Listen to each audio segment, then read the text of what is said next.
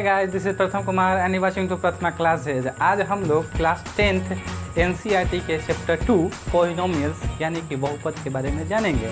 ठीक है, चलिए बिना देरी करते हुए बहुपद क्या होता है, कैसे करता है, इसके इंट्रोडक्शन में इस क्लास में हम लोग सिर्फ और सिर्फ इंट्रोडक्शन ही जानेंगे, क्योंकि इस चैप्टर के लिए इंट्रोडक्शन बहुत ज़्यादा ज़रूरी है।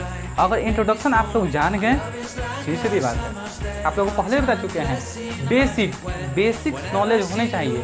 और किसी भी चैप्टर के बारे में आप लोग को बेसिक नॉलेज ले लेते हैं, वो पूरा का चैप्टर मिस रहता है। ठीक है, एक बात और ध्यान दीजिए, कभी भी कोई भी क्लास करते हैं, किसी भी व्यक्ति का करते हैं, तो उस व्यक्ति का पूरा क्लास कंटिन्यूअस देखिए। ठीक है, आप कहीं कोचिंग में भी जा रहे हैं तो वो पूरा कोचिंग क्लास का कीजिए, कंटिन्यूअस कीजिए। ठीक है, अगर आप एक भी क्लास मिस कर देते हैं तो यानी कि आप पूरा वो चैप्टर खो देते हैं। ठीक है, इस बात को समझिए। चलिए, बहुपद। तो बहुपद आखिर होता क्या है? देखिए, बहुपद में जनरली 3 टर्म होते हैं। एक होता है गुणांक, ठीक है, एक होता है क्या हमारा चर, तीसरा अचर। ये 3 टर्म होते हैं। तो चलिए इन सब के बारे में समझते हैं। देखिए, ये 2x² + 4x + 5, ये जो आपको टर्म दिख रहा है, ये ऐसा ही क्या होता है, हमारा बहुपद होता है। क्लियर, बहुपद होता है। ठीक है, इसमें कुल कितने टर्म मिलके बने होते हैं? 3 टर्म। कौन कौन वो 3 टर्म होंगे भाई?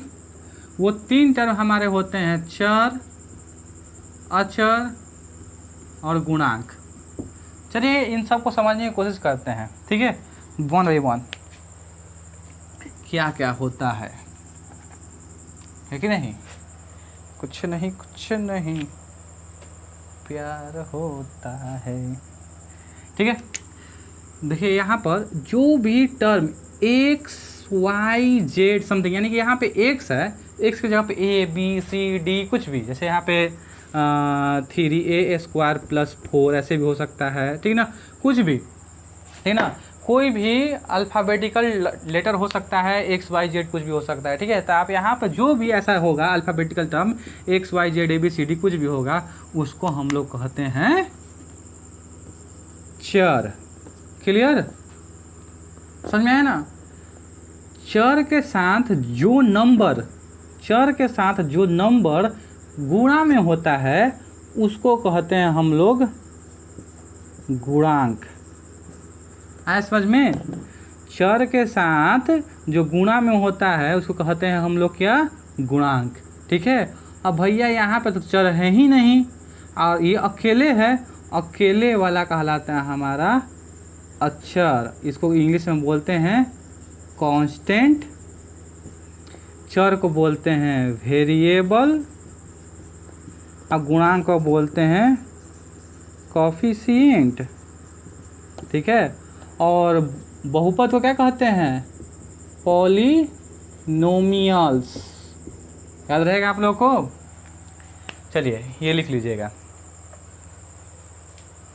ठीक है, इसमें कौन कौन से टर्म होते हैं? चर, अचर, गुणांक। चर किसे कहते हैं? जो x y z something term में होते हैं, अल्फ़ाबेटिकल टर्म में होते हैं, उसे हम लोग क्या कहते हैं? चर कहते हैं। चर के साथ जो गुणा में होता है, ठीक है, चर के साथ जो गुणा में होता है उसे भाई गुणांक कहते हैं। और जो जहाँ पर चर नहीं होता है, अकेले कोई नंबर होता है, वहाँ पर उसको क्या कहेंगे हम लोग? अचर कहेंगे। ठीक है, चलिए अब यहाँ पे एक और बात जानने आती है कि भैया इसमें सवाल आगे की ओर मिलेगा आपको कि कौन चर है कौन नहीं है, यानी सॉरी कौन बहुपद है और कौन बहुपद नहीं है। तो चलिए समझने की कोशिश करते हैं कौन बहुपद है और कौन बहुपद है ही नहीं। ठीक है, तो कुछ कंडीशन होता है, याद रखिएगा। बहुपद होने की शर्तें। ठीक है, तो हम आपको यहाँ पे डिफरेंट बताएंगे, टर्म दिखाएंगे आप लोगों को, आपको बताना दिखाएंगे उसी जरिए कौन बहुपद होगा कौन बहुपद नहीं होगा। देखिए, 2x² + 4x + 5 इस तरीके का आपको दिखेगा तो ये बहुपद है। ठीक है, 2x² + 4x, ठीक है, यानी कि यहाँ पे गुणांक, सॉरी चर, क्या चर। आपको फोकस किस पे करना है? इसमें बहुपद होने के लिए आपको किस पे फोकस करना है? चर पर। कहाँ ध्यान देना है? चर। दिमाग बैठा लीजिए कहाँ? चर। ठीक है, तो अब यहाँ पे देखिए 2x² प्लस 4x लिखे हैं प्लस 5। ठीक है, तो क्या यह बहुपद है? नहीं बहुपद है। तो पूछे क्यों? क्योंकि यहाँ पे चर में क्या है? चर रूट में है। चर रूट में है। अगर चर रूट में होगा तो हमारा बहुपद नहीं होगा। तीसरा तो कोई पूछेगा सर क्या गुणांक रूट में होगा तो बहुपद होगा? क्या गुणांक, ठीक है, गुणांक रूट में होगा तो बहुपद होगा? हाँ, या फिर हमारा कांस्टेंट रूट में होगा तो ये ऐसा होगा? ठीक है, तो हाँ भाई, ठीक है, जब आपका ये गुणांक रूट में होगा तो ये बहुपद आपका होगा। क्लियर है दिमाग में? हाँ, ये होना चाहिए, ये रूट में होना चाहिए, कोई फर्क नहीं पड़ता है। हमें बस फोकस पे करना है, चर पे। किस पे? चर पे। चर पे रूट नहीं होना चाहिए, बाकी किसी के साथ रूट में हो कोई फर्क नहीं पड़ता है। ठीक है, लेकिन चर में रूट नहीं होना चाहिए। अगला, ठीक है, जो चर होना चाहिए कभी भी बटे में नहीं होना चाहिए। अगर चर बटा में हो जाएगा तब वो हमारा बहुपद नहीं होगा। अगला पॉइंट, चर पे कभी भी, ठीक है, एक मिनट रुक जाइए, क्या सर ये गुणांक बटे में हो तो चल जाएगा? ठीक है, हाँ भाई, अगर गुणांक बटे में हो या फिर ये कांस्टेंट वाला टर्म बटे में हो तो कोई फर्क नहीं पड़ता, ये बहुपद है। ठीक है, बस ध्यान किस पे देना है? आपका जो ये चर है वो बटे में नहीं होना चाहिए। गुणांक बटे में हो या फिर हमारा जो ये अचर टर्म है वो बटे में हो तो उससे कोई नहीं फर्क पड़ता, वो हमारा क्या है? बहुपद है। ठीक है, अगला देखिएगा, अगला क्या है कि 2x का पावर कभी माइनस नहीं होना चाहिए, यानी कि चर का पावर कभी भी माइनस में नहीं होना चाहिए। अगर ऐसा होता है तो वो आपका बहुपद नहीं है। इसका पावर चढ़े भले चढ़ जाए, 5 कुछ भी चढ़ जाए, ठीक है ना, उस पर कोई फर्क नहीं पड़ता है। -3 चढ़ जाए, ठीक है, x + 5 के पावर -3 या -4 कुछ भी आ जाए, इससे कोई भी फर्क नहीं पड़ता है। ठीक है ना, ये हमारा बहुपद है। ठीक है, ध्यान से देखिएगा, बॉस और बॉस आपको किस पे ध्यान देना है? चर पर। क्लियर है दिमाग में? अगर आपके चर पे अगर 0 भी होगा तो वो क्या होगा? आप 0 होगा तो वो क्या होगा? आपका बहुपद होगा। इससे कोई नहीं फर्क पड़ता है, क्योंकि किसी का भी पावर 0 होता है तो वैल्यू होता है 1, और ये कितना होगा? 2 × 2 + 4 कितना हो जाएगा? 6, है ना। ये भी हमारा एक बहुपद है, क्योंकि बहुपद में ये क्या है? कांस्टेंट टर्म है। क्या है? कांस्टेंट, अचर टर्म है, ये बहुपद है।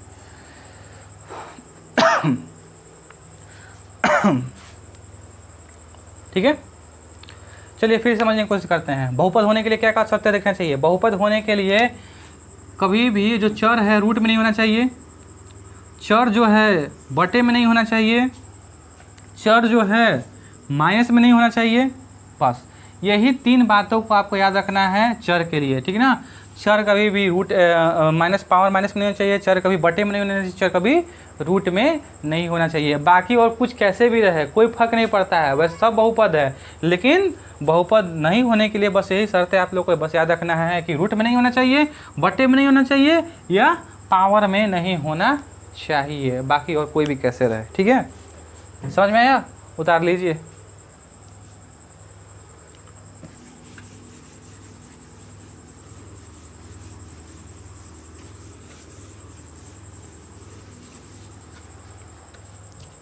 अब आगे देखते हैं कि बहुपद कितने प्रकार के होते हैं। ठीक है, देखिए बहुपद को 2 भागों में बांटा गया है, ध्यान से बस समझिएगा। ठीक है, एक ठो पद के आधार पर, दूसरा क्या है? घात के आधार पर। तो यहाँ पे पद देखिएगा, जैसे यहाँ पे देखिए 2x² + 4x + 5 है। ठीक है, तो इसमें पद कितने हैं? टोटल 3, 1 2 3, इसको पद कहते हैं। टोटल पद कहलाएगा आपका। टोटल क्या कहलाएगा आपका? पद। जैसे 3x² + 4 है तो इसमें कुल 2 पद हैं। यहाँ पे 10 है तो कुल 1 पद है। और यहाँ पे अगर 9a² है अभी भी 1 ही पद है, लेकिन अगर +4 जोड़ देंगे तब कुल कितने पद हो जाएंगे? 2 पद हो जाएंगे। क्लियर है? तो इसी तरीके से इस पद के आधार पर बांटा गया है, घात के आधार पर बांटा गया है। तो पद के आधार पर बांटा गया है, पहला है एक पदी बहुपद, एक पदी बहुपद में कितने टर्म होंगे? एक टर्म होंगे। जैसे यहाँ पे 100a² 10 ऐसे, या फिर 9 भी हो सकता है, 3x हो सकता है। इस तरीके से जो आपका होगा, कितने पद होंगे उसमें? सिर्फ एक ही पद होंगे। दूसरा द्विपदी बहुपद, द्विपदी बहुपद में क्या होगा? ध्यान से देखिएगा, कितने टर्म होंगे? 2 टर्म होंगे, ठीक है। इस तरीके दो, देखिए एक टर्म दूसरा टर्म, ठीक है।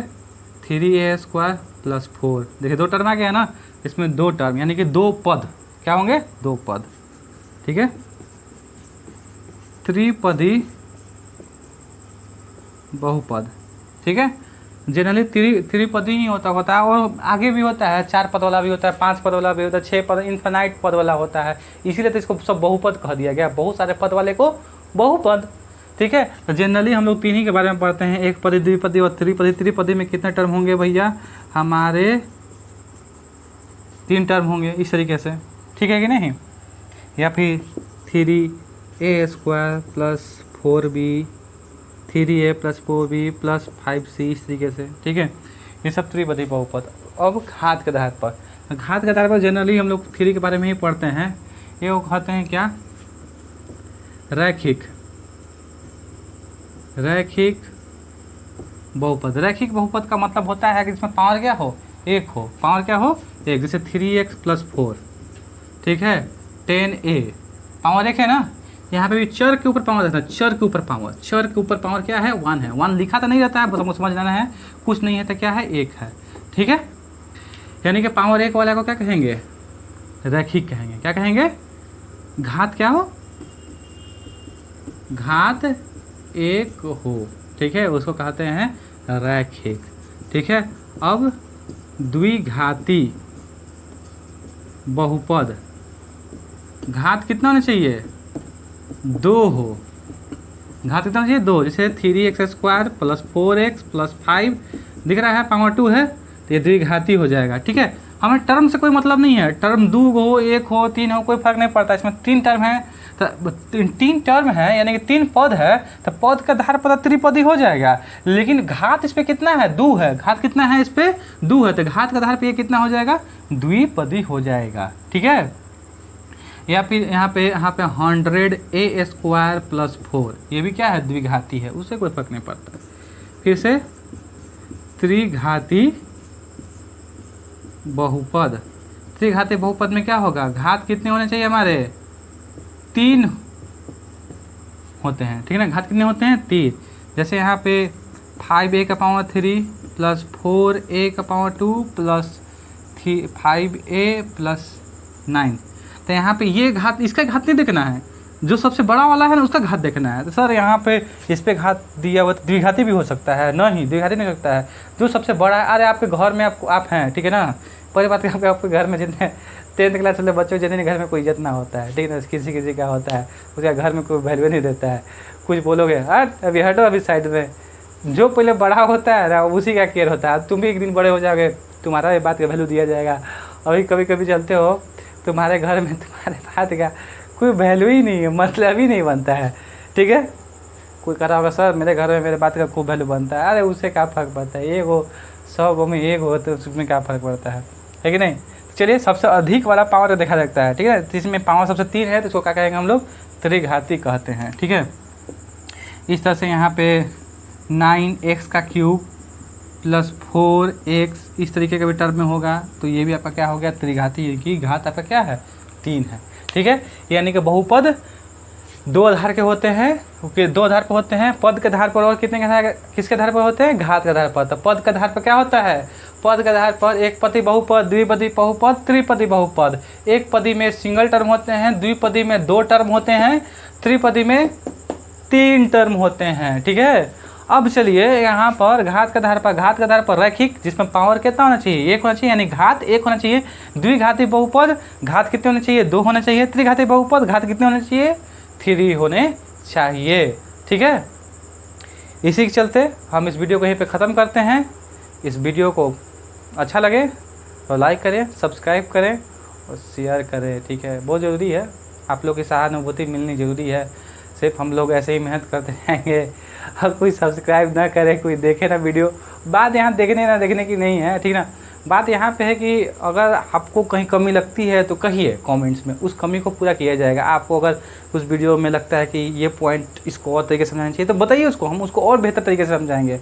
भैया बदलाव है ना, बदलाव ही नियम है संसार का, ठीक है। परिवर्तन ही कहा जाता है ना, परिवर्तन ही संसार का नियम है। तो हम परिवर्तन करेंगे, हम परिवर्तन करेंगे और आप में भी परिवर्तन जरूर लाएंगे, ठीक है। इसलिए मुझ पर भरोसा कीजिए। धन्यवाद।